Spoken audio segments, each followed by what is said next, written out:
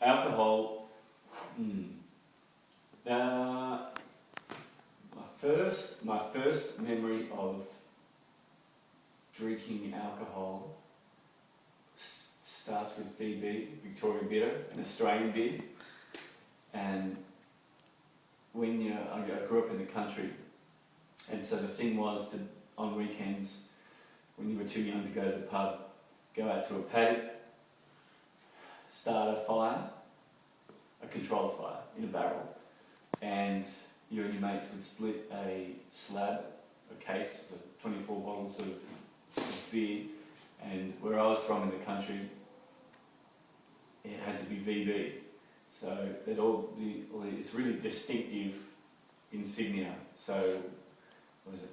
Green, red, black, with a yellow ring. And it's drinking warm cans or warm bottles of VB while standing around freezing your ass off in the middle of winter in a paddock, trying to hook up with the nearest girl. But I don't drink VB very much now. The taste has kind of moved on because it's a pretty basic beer. It's probably the equivalent of Stella or something over here. But it's damn good. I had it the other week when I was at the pub and it just happened to stop VB. And I had it. It stands up pretty well. And as soon as I taste it, it just tastes like, particularly if it's a little bit warm, tastes like, I don't know, it takes me back, 15 years ago or something, sitting in a paddock drinking warm beer.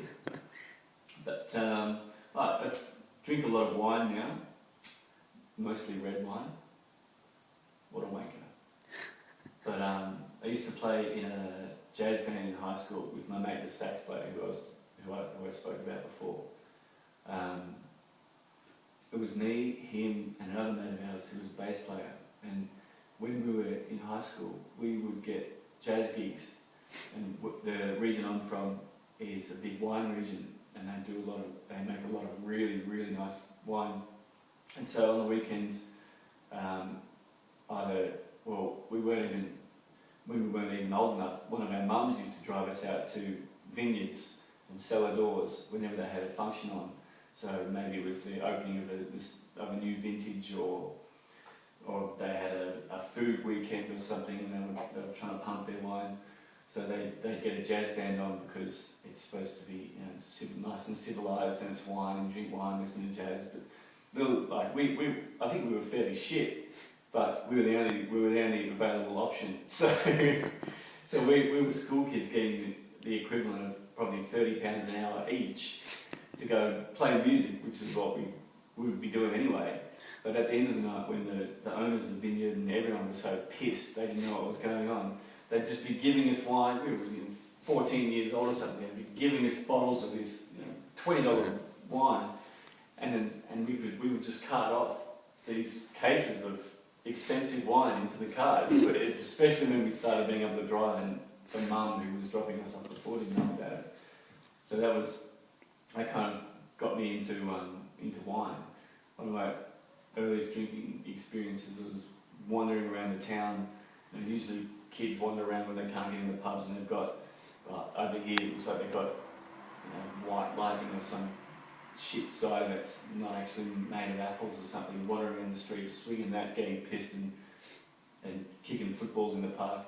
We did the same thing, but wandered around town, because we'd have taken these cases of expensive wine, just walking around the town, swinging back this wine that you're supposed to be drinking out of a glass and savouring and talking about the mellifluous notes and all that sort of shit. Yeah. But the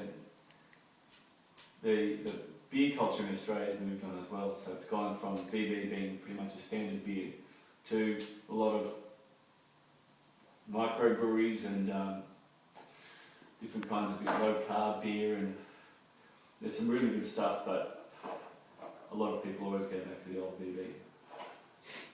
The legend. The legend. The very best.